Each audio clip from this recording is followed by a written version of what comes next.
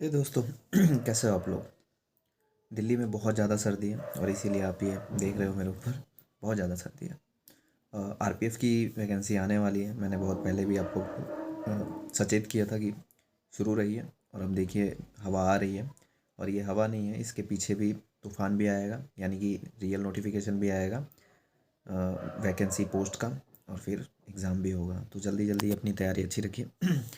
आज मैं आपको ना एक स्टोरी सुनाने वाला हूँ, सुनिए।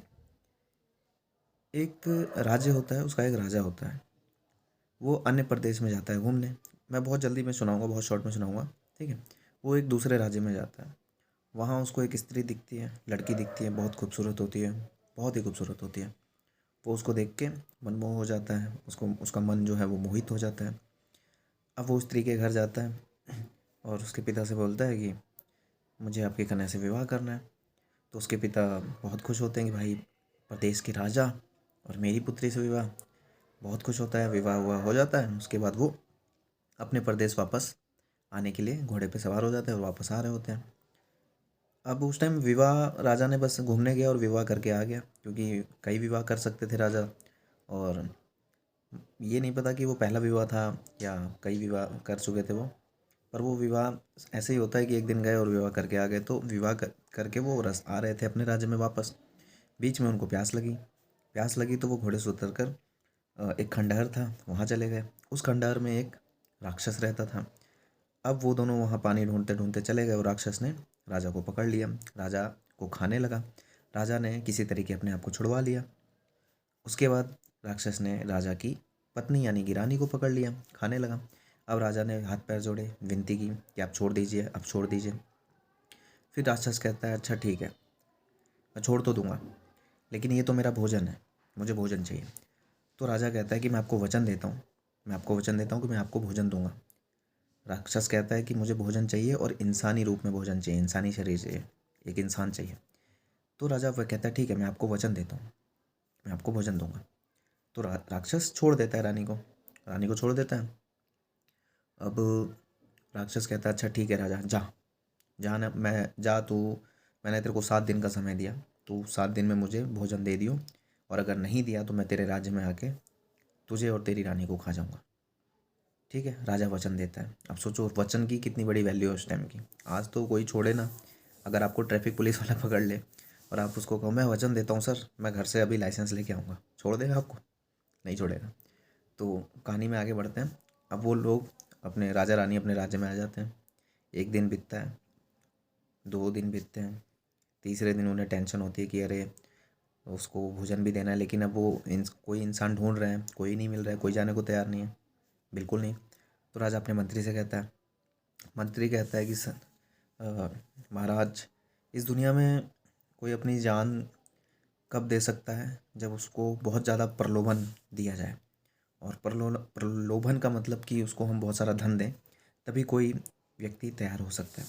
तो राजा बोलते हैं कि जितना हो सके उतना धन आप ले जाओ और कोई भी चाल चलो, लेकिन एक इंसान को तैयार करो।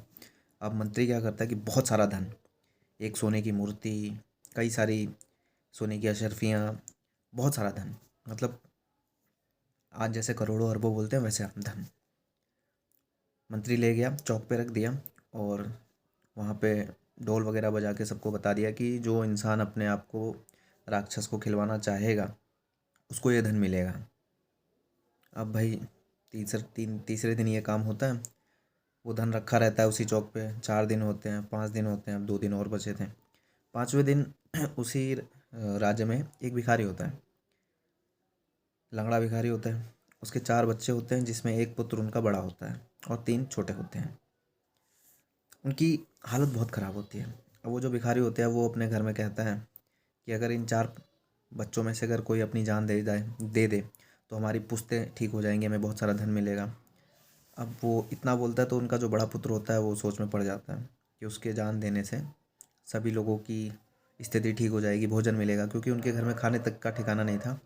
वो मांग मांग के एक रोटी में चारों लोग खाते थे, सोचो। तो उस बड़े पुत्र को लगा। और उसका बाप भी बार बार उसको, जैसे आज होता है ना टॉर्चर करना घर में, ये नहीं, काम नहीं करता, पढ़ाई नहीं कर रहा है, नौकरी नहीं लग रही है, ये वो होता है ना टॉर्चर, तो वैसे उसका बाप टॉर्चर करता था। वो चला गया, राजा के पास, बोला मैं अपने आप को खिलाने के लिए तैयार हूँ, आप ये सारा धन दे दीजिए। राजा बिल्कुल खुश हो जाता है, बिल्कुल अभी अभी देते हैं, ठीक है बहुत अच्छा। अब भाई उसको ले जाते हैं चौक पे, वहाँ उसकी आरती वगैरह करते हैं क्योंकि वो जा रहा है।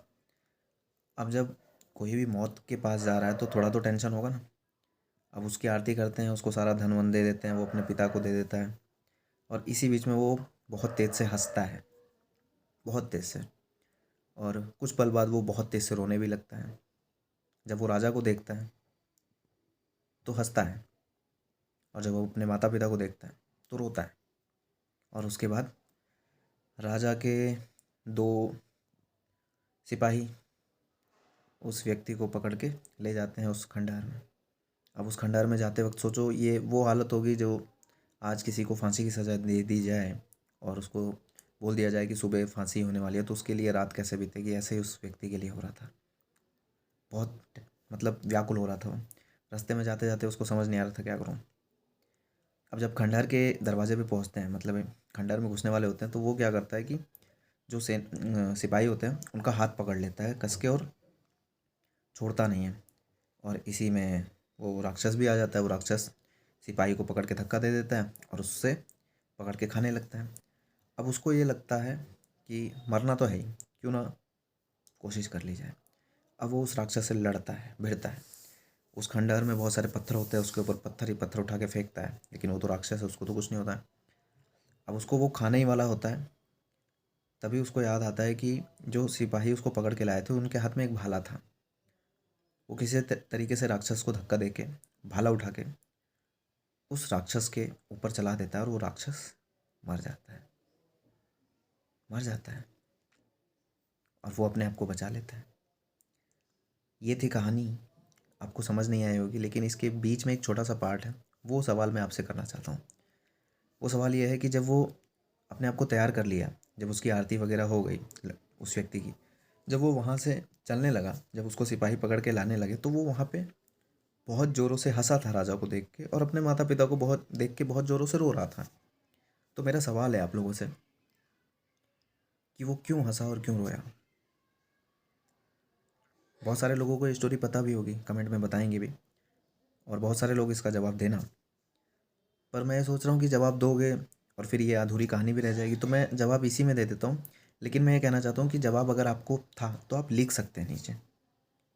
उसका जवाब ये था कि वो राजा को देख के इसलिए हंस रहा था क्योंकि जिस राजा को अपनी प्रजा को बचाने के लिए उस राक्षस को मारना चाहिए, वही राजा अपनी प्रजा को ना बचाकर उस राक्षस को भोजन दे रही है। मतलब इतना डरपोक राजा।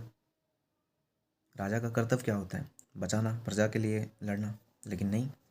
और अपने माता पिता को देख के वो इसलिए रोता है कि जिस माता पिता को अपने बच्चों को बनाना चाहिए, उसके जीवन का उद्धार करना चाहिए, वही माता पिता उसके जीवन के ऊपर अपना जीवन देख रहे हैं, इसलिए वो रो रहा था।